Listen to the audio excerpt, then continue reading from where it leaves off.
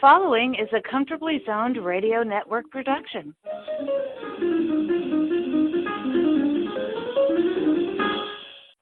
Hello again, everyone. I'm Ralph Tycho with the Comfortably Zoned Radio Network, and it's my privilege to introduce another episode of Package Tourist, hosted by the Package Tourist in the magical mystery tour called Life, Matthew DiBiase, who tonight will be interviewing two-time football author Joe Zagorski on his future release, America's Trailblazing Middle Linebacker, The Story of Willie Lanier. Thank you, Ralph. Tonight, I will be interviewing my dear friend and fellow sports author, Joe Zagorski. Joe has devoted his life to chronicling pro football history, first as a sports writer, then, later, as a two-time published author with a third book destined to be released in 2020. His first book, The NFL in the 1970s, Pro Football's Most Important Decade, an in-depth season-by-season chronicle of the NFL in the 1970s, was praised by the Library Journal as being one of the top 10 books on pro football in 2016. His second book, which was released last month, the year the Packers came back, Green Bay's 1972 resurgence, will be discussed in much greater depth on January 14th. But tonight, we will be discussing his future release, America's Trailblazing Middle Linebacker, The Story of Willie Lanier, because 2019 happens to be the 50th anniversary of the 1969 season where the Kansas City Chiefs, for whom Willie Lanier played as a vital, integral member, won their only Super Bowl. Joe, what led you to write a biography of Willie Lanier? Well, it's kind of a long story, but I'll try to give you an abridged version because it has different chapters in its reality. I was on my way up north to go to the Pro Football Hall of Fame to do research for the Green Bay Packers book when I got a call from a friend of mine, Chris Willis at NFL Films, and he had told his publisher at Rowman and Littlefield that I might be interested in writing a book for them.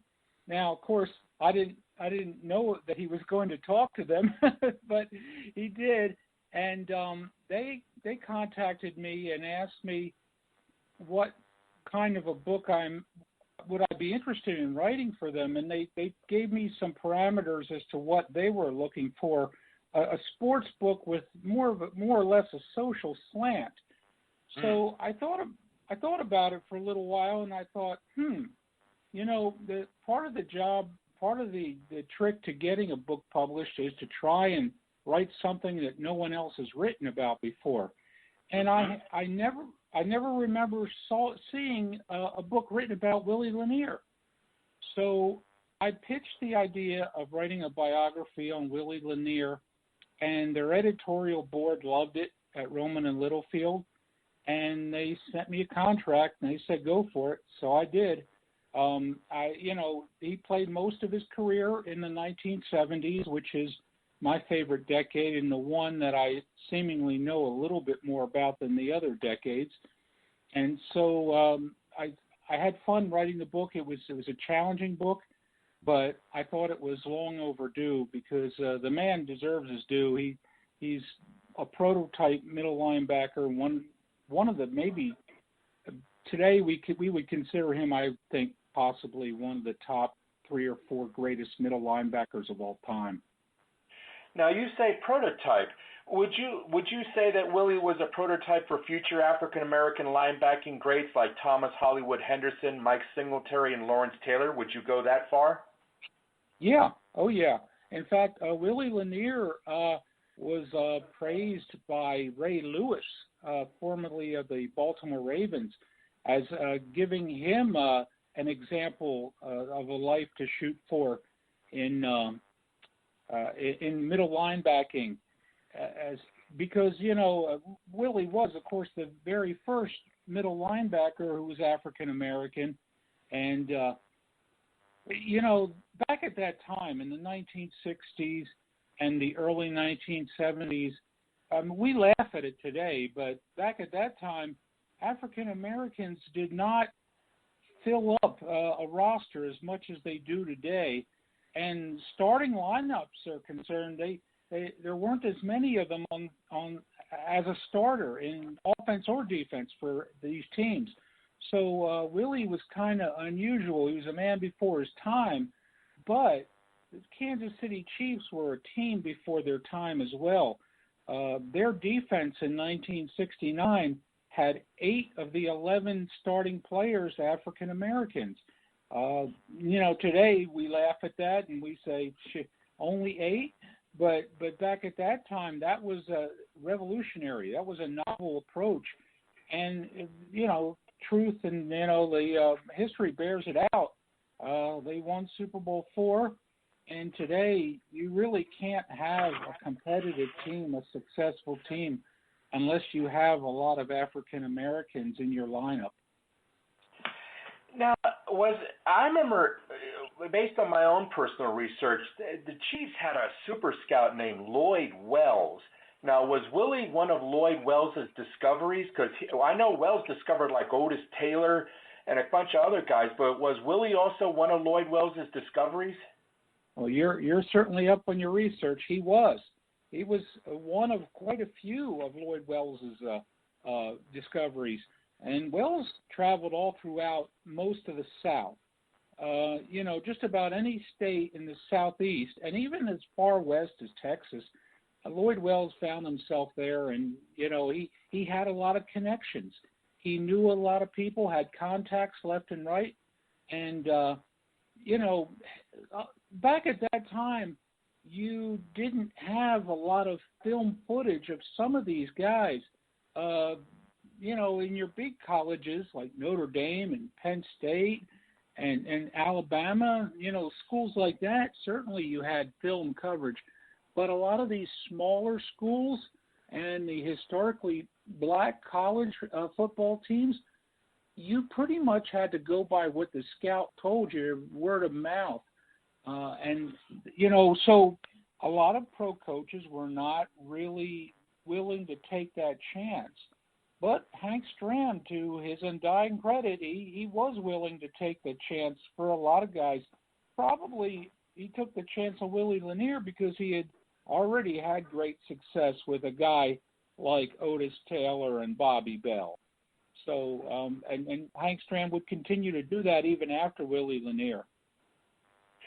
Before the Chiefs drafted Lanier, did any other team, because this was the 67 draft, this was the very first combined draft where the NFL and the AFL were working together. They were no longer competing, outbidding one another for talent.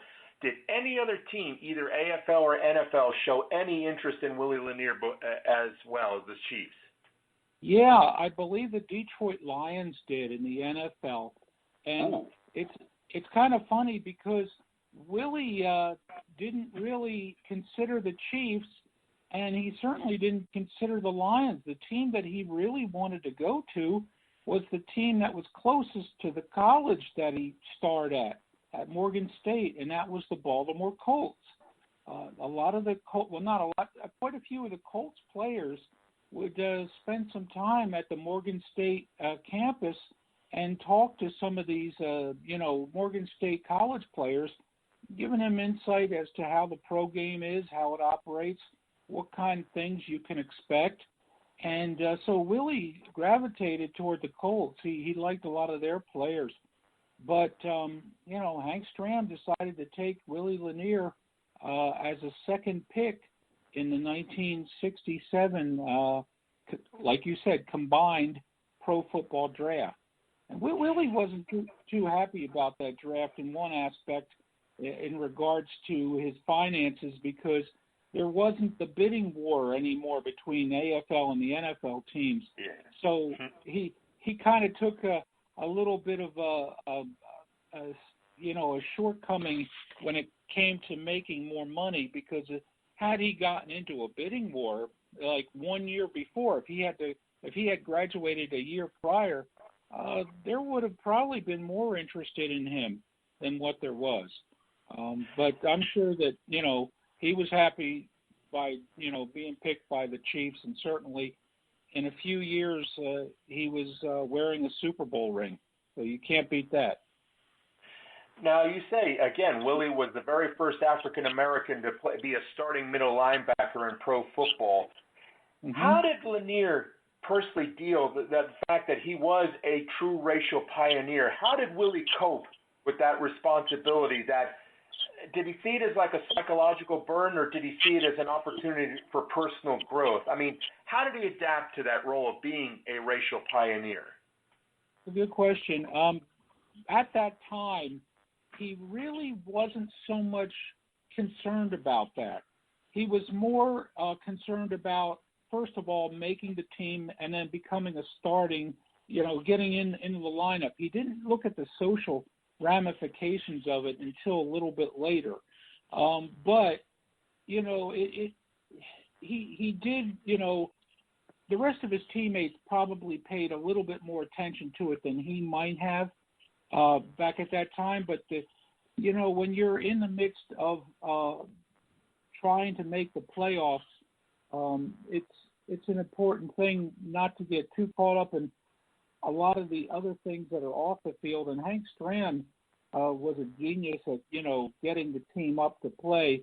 So he didn't, focus a lot of his attention on something that happened off the field. And Willie did not start the season as a starting middle linebacker, but after a few games, he was put in there as the starter over Jim Lynch by Hank Stram. And I kind of think that today, in 2020, when this is broadcast, 2020, I think it means more to him today to say that he was the very first starting middle linebacker. But back at that time, he wasn't thinking about it that much. He was not to say that he didn't think about it, because he did, but he just didn't let it dominate his thoughts. Okay. Joe, I've always been curious about Hank Stram's 4-3 stack defense. During your research, were you able to get into the nuts and bolts of how that 4-3 stack defense operated? And could you explain to everyone, what exactly was it? I mean, we know about the flex, we know about the 3-4, but how exactly was Hank Stram's 4-3 stack defense? Can you describe it to us? I'll try. The stack defense was, in its simplest terms, having your linebackers take their stance, crouched down, but not in a three-point stance. Crouched down directly behind a defensive lineman, either defensive tackle or defensive end or both. And typically, Hank Stram would have his linebackers. It was so confusing to the opposing offenses. I can understand why Minnesota had a hard time adjusting to it in Super Bowl IV, because Stram would have his linebackers standing directly behind these defensive linemen, and the opposing offenses didn't know exactly which direction these linebackers would be going. Would they be going to their left, to their right? Would they just be filling holes? What would they be doing? And then, to make matters even more confusing, Hank Stram would also have maybe one of the linebackers on a stacked defense be in a gap in between the two defensive linemen, and you just never knew where these guys were going to line up. It had more to do with confusing an opposing offense than anything else. And of course, the opposing offenses didn't know if one of these or both of these or all these middle linebackers were going to blitz at any one given time. And to probably the most obvious advantage for a defense that employed the stack at that time was the fact that the Chiefs' defensive line, they were mammoth. They were huge guys.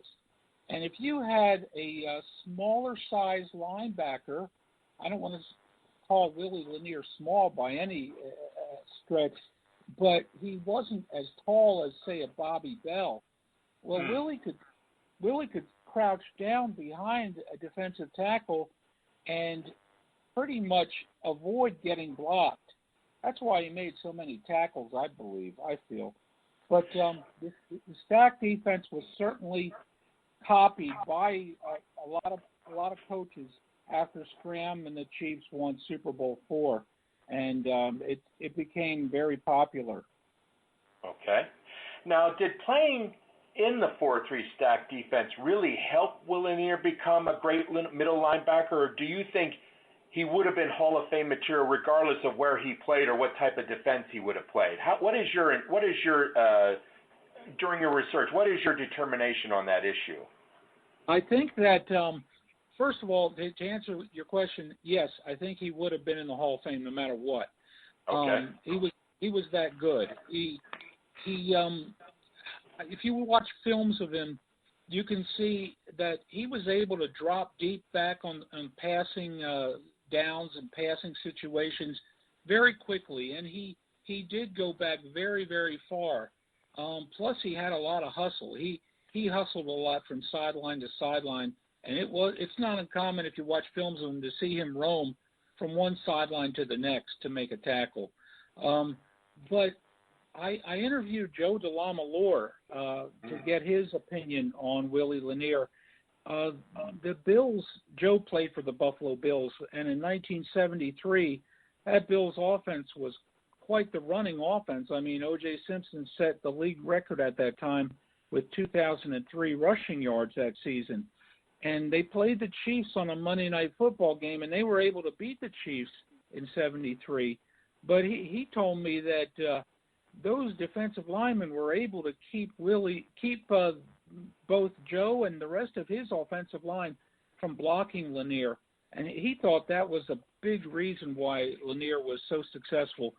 But I personally believe that Willie Lanier would have been successful even if that defensive line of his didn't keep offensive linemen from blocking him. Now, as we'll turn out to see, after the Chiefs won Super Bowl IV and they started getting a little old in the tooth, so to speak, and you started to get lesser quality players on their defense, well, you started to see lesser size on the defensive line, and you also started to see more and more offensive linemen block Willie Lanier. So he never really had the great years that he had prior to Super Bowl, well, let's just say 1971. So there is some credence to what Joe DeLamalore said, but I personally still think Willie would have made the Hall of Fame no matter what. Now, Lanier, his linebacking teammates, Jim Lynch and Bobby Bell, they were great linebackers in their own right. Can you talk about them? How did Lynch and Bell complement Lanier's presence in the linebacking core? I mean, did they have their own unique styles out when they played linebacker? I think they did, but I think Bell had a totally different style than Lanier and Lynch. I think Lanier and Lynch were much closer to each other in style compared to Bobby Bell. Bobby Bell was a taller guy. He was a great tackler. I don't know if there is a better outside linebacker in pro football history at tackling, pure tackling. But Bobby Bell was also a very smart player. He had the range. A lot of teams just decided not to run in his direction. So Jim Lynch on the other side certainly had more opportunity to make plays. This isn't to say that Jim Lynch was not a good linebacker. He was very good. I personally feel he would have started for almost any other team in pro football except for the Chiefs, because Willie Lanier was that good and Bobby Bell was that good. You know, if they would have had somebody on the outside to complement those two, that was kind of like a Jack Ham or somebody like that, then that Chiefs linebacking core would have gone down as the greatest of all time, bar none. And still there are some people who do call it that. I think that Lanier and Lynch were very similar. They almost had the same size. I think they were just like a half an inch. I think Lynch was like a half an inch taller, and Willie might have had 5 more pounds than Jim Lynch. In fact, well, they were both drafted to play middle linebacker, and that's how they both started out. But Hank realized that, you know, Willie would be the better fit for that position, and you know, but he didn't want to just let Jim sit on the bench, and he found a spot for him, and it worked out really well for them. From those years, from 67 through, say, 71, they were excellent. They had an excellent core of linebackers. You could even go in 72 and say it as well. And then once 73 started, you started seeing the whole team go downhill. But, you know, I'd say that Bell had his own unique style, and Lanier and Lynch pretty much had their own unique style. Was Willie Lanier a team leader and an inspirational presence in the Chiefs locker room? Based on everybody I talked to, the answer is undeniably yes. And it went way before pro football. I talked to Raymond Chester, who played tight end for the Raiders and for the Colts, and he was a teammate of Willie Lanier's at Morgan State. And he said that, you know, Willie was just an excellent team leader. You know, they all looked to him for, you know, leadership, and that's in college. So you knew that, you know, he was going to be a great leader in the pros, and I'm pretty sure Hank Stram saw this right away.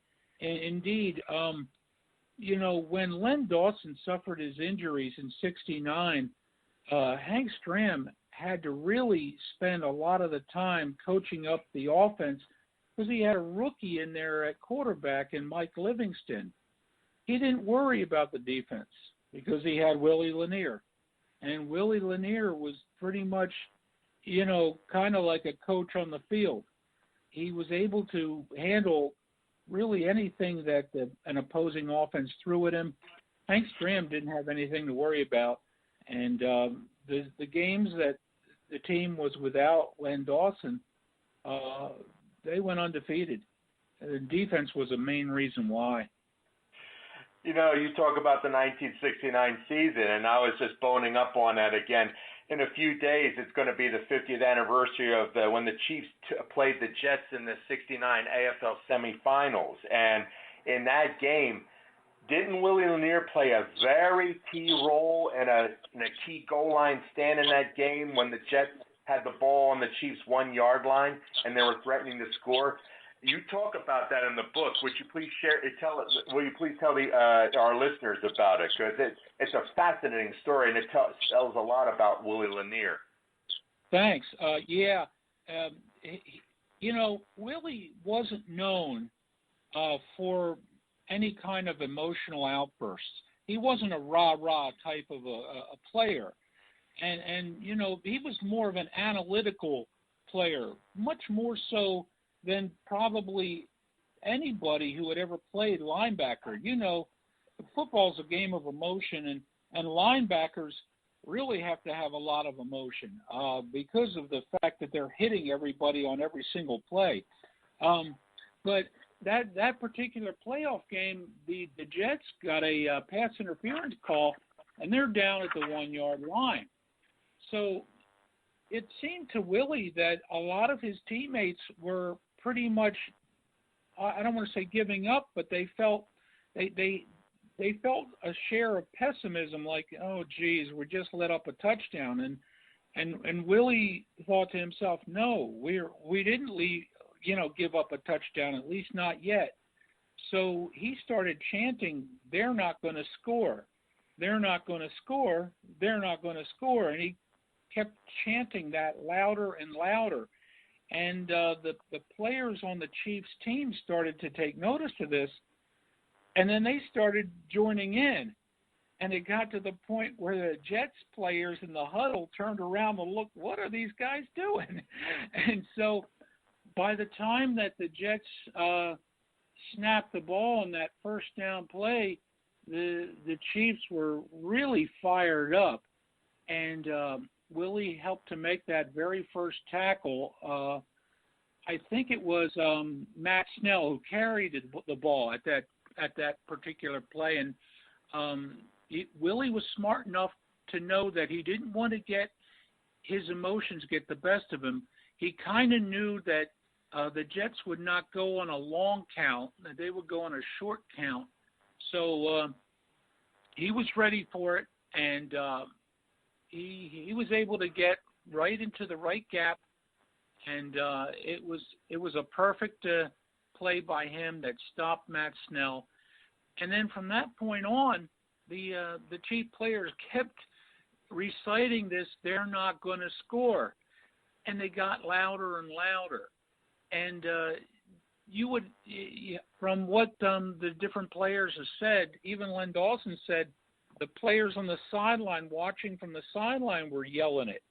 And so the second down came, and the newest Chief Hall of Famer, Johnny Robinson, and Jim Lynch, they were both able to help out on that second down play that stopped the run. So it was a Bill Mathis run. So on third down, Joe Namath, he had two straight runs that didn't gain an inch. In fact, they lost some inches. And so he was going to throw the ball no matter what, but the Chiefs were ready for it, and particularly Bobby Bell. Bobby didn't go for a play fake. It was a play-action pass rollout. Well, Joe Namath's knees were not that great, in great shape by 1969. He had already had some knee injuries, and so they knew that Joe wasn't going to run to the corner of the end zone. He wasn't going to run to the pylon. So Bobby Bell didn't bite on that. He played back a little bit and got in the lane of anybody that Joe might have wanted to throw to. And before you know it, I think it was Jim Marsalis who tackled Joe. Joe did get the pass off, but it bounced in the end zone, and that was it. It was now fourth down. The Jets did get a field goal that tied the game at 6-6, but a touchdown would have changed the complexion of that game. And all the Chiefs needed at that point now was a field goal, and they would have won the game. So that defensive stand, it wasn't a pure defensive goal line stand, because the Jets did score 3 points, but they didn't get 7 points, and it helped to give the team momentum, the offense momentum. And it's the most telling example of Willie Lanier's emotion. He never exhibited emotion like that ever again. It's not one of those things, he said, that you could turn on and off. And it was just one of the greatest examples of that Chiefs season. And indeed, no telling of a Chiefs lore and stories can ignore it. Then the following week in the '69 AFL Championship game, the Chiefs offense, they gave up, 5 turnovers, like 5 fumbles or something like that, and Lanier and his defensive teammates had to hold the Raiders time and again. I mean, that was another superhuman effort, wasn't it? It was. I attributed it. It wasn't because the opposing offenses were bad offenses. They were both very good offenses. But the tension of that game and the excellent defensive play, I think, caused a lot of that. The Raiders quarterback, Darryl LaMonica, he was under pressure all game long. And in fact, he had to take a seat on the bench for a little while to get a bruised hand looked at, and George Blanda came in for him. The Chiefs had that pressure on him. The pass rush was excellent all game long. Hence, I believe it was either 3 or 4 interceptions for the Chiefs, and so that was important. But the Chiefs' offense was also having to had their share of troubles with the Raiders' defense. And I think Jim Lynch said Robert Holmes fumbled the ball, I think, 2 or 3 times, and they said they he was rarely ever did Robert Holmes fumble the ball. So it was an uncharacteristic type of a showing by the Chiefs offense to have that many turnovers. Likewise, it was uncharacteristic for the Raiders offense to have that many turnovers.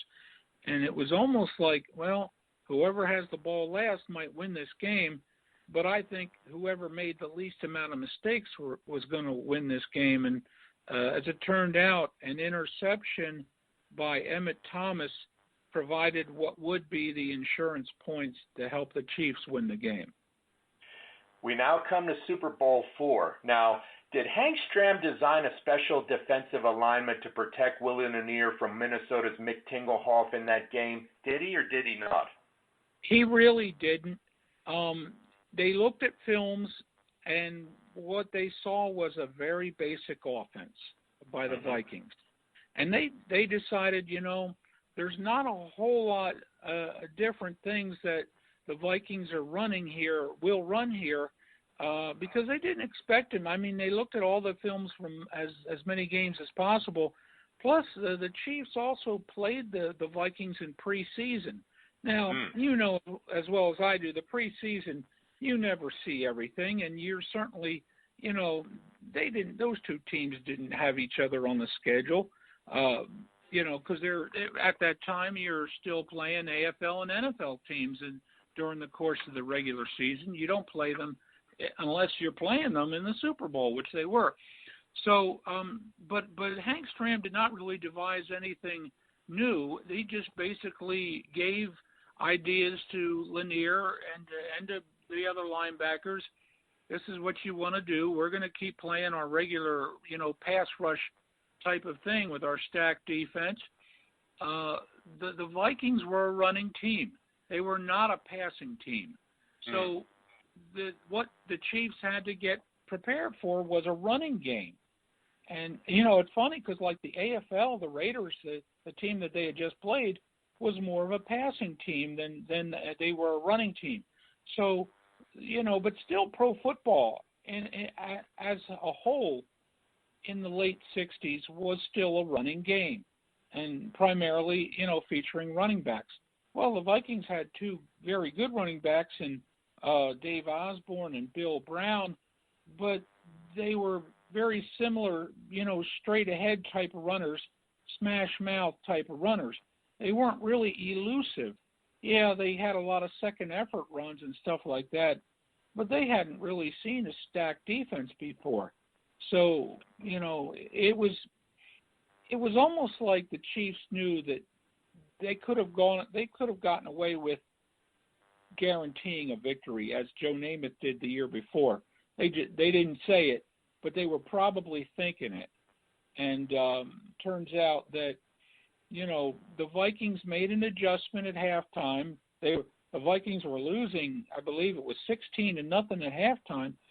And once they made an adjustment, the Vikings went down during their very first drive of the third quarter, and they scored a touchdown.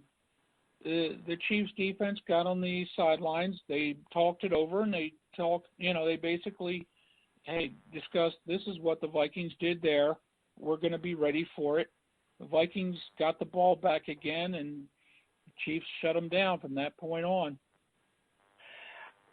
Joe, I once interviewed Minnesota Vikings defensive lineman Gary Larson. He talked about this great size of the Chiefs defense, and you mentioned that earlier. And he mentioned the Chiefs were putting like Buck Buchanan and Curly Cope against Mick Tingelhoff, and of course there was such a mismatch in size, and that really prevented Tingelhoff from getting at Willie Lanier. Was it that way? I mean, were they putting their tackles right on Mick Tingelhoff's head? I have no reason to doubt Gary Larson. He was there. I've seen the films of it, and with NFL films, they don't show you every single play. So the plays that I saw, they were doing that, but what I saw mostly was the fact that those linebackers were filling the holes, even without Tingelhoff being blocked. Willie Lanier was faster than Tingelhoff. and I think he was stronger than Tingelhoff. And so even if Tingelhoff was, not concerned about the defensive tackles, I think he was Willie Lanier was able to beat Tingelhoff no matter what. Okay. Did you get any help or cooperation from Willie Lanier personally when doing this project? Well, unfortunately, no. I asked him 3 times to let me interview him, and he talked to me on the phone a little bit, but he wouldn't consent to a full blown out interview. And so I couldn't rely on him, but fortunately I had other people to help me out. And okay. I have a contact at the Pro Football Hall of Fame who, was able to help me out with a lot of source documents. And, of course, Chris Willis at NFL Films was able to help me out with a lot of transcribed interviews. So I had plenty of quotes from Willie Lanier over the years. The hard thing was getting them all in the book. Unfortunately, I wasn't able to do it. I wrote about 400, a little over 400 pages, but my publisher, Roman at Littlefield, said, "You got to shorten this down." And I said, and they kept telling me, no, it's got to be shorter. It's got to be shorter. So that 400 pages got down to 250 before they said, okay, that's short enough. So, yeah. they didn't want me to go beyond 250. What I really wanted to ask Willie Lanier were not football related questions, but more esoteric questions about different types of things and his opinions on how did he feel when President Kennedy was assassinated when you were in college, when Willie was in college. I wanted to ask him questions like that, but Willie wasn't willing to do a full-blown interview, and I really tried to beg him almost, but unfortunately he wasn't willing, and but that happens.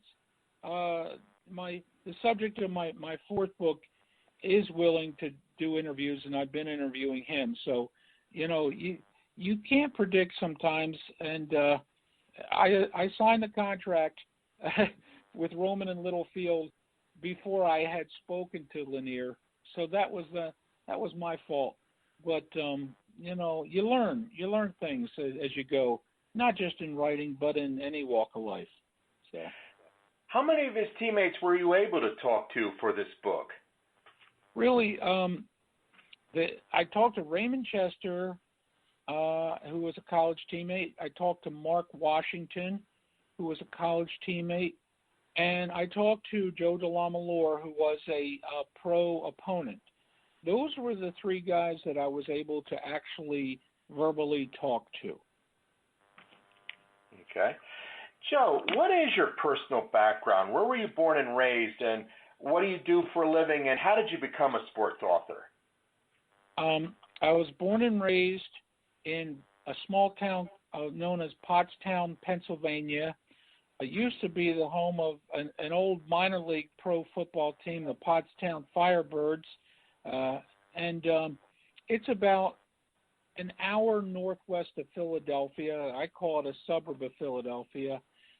It gets confused a lot with Pottsville because of the Pottsville, the Yingling Brewery, but it's actually an hour and 20 minutes southeast of Pottsville. I had written for the Coatesville Daily Record. It's a newspaper that's also a suburb of Philadelphia. And I also wrote for the Evening Phoenix of Phoenixville, Pennsylvania, again, a suburb of Philadelphia. I'd written for those 2 newspapers for a total of 6 years.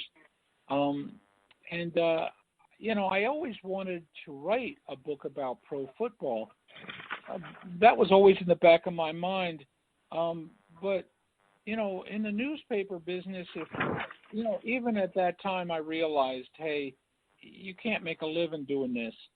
So I eventually became, I went into the Army. I became a school teacher after I graduated college, but I still kept writing and doing things. I taught for a couple of years and then joined the National Park Service, which I've been working as a park ranger for over the last 20 years now. Wow. But yeah, it's been a long time. But in my free time, I still kept writing. Then I guess about 10 years ago, I went to a convention for the Pro Football Researchers Association, and I saw a publisher for McFarland, and I talked to them about an idea that I had for a book on the 1970s in the NFL, and they said, "Well, send us what you've got." So I wrote some more, and I sent them a few sample chapters, and they loved it, and they sent me a contract, and I said, "Well, I'll sign this contract, and I'll finally get a chance to live this dream of writing a book." And so on went it took 6 years to write the NFL in the 1970s because I couldn't write it, full time, 40 hours a week. But I had written quite a bit of it by the time I had met Mark Durr and at that convention. He works for McFarland. So once that book was finished, I kind of felt like, well, it's getting a lot of good press. Why don't I just keep writing? And I thought about, this idea for the 72 Packers came up. So I thought, I'll write a book on them and just see if anybody will, want to publish it. Well, McFarland was willing to publish it. So, I signed another contract with them. And then as I was doing research for them, Roman and Littlefield contacted me with the idea. I gave them, the Willie Lanier idea, and they were happy with that. So it's kind of snowballed, but it's been a slow snowball, but it's rolling around. And the subject of my fourth book is the former safety for the Philadelphia Eagles, Bill Bradley. So, wow. So that's where I'm at right now. Okay, wow. Getting back to Willie Lanier, when did he retire from playing, and what has he done with his life after his playing career has ended? He retired. His final year in pro football was 1977, and if anybody could have been a really good coach, it would have been Willie Lanier. But he realized that one of his loves was business. That's what he got his degree in. And so he had worked in the off season for several different businesses, and he had been, tempted to make a break from it. In fact, he kind of retired from pro football 3 years prior, but he kept coming back and, and he just, worked during the off season for different businesses.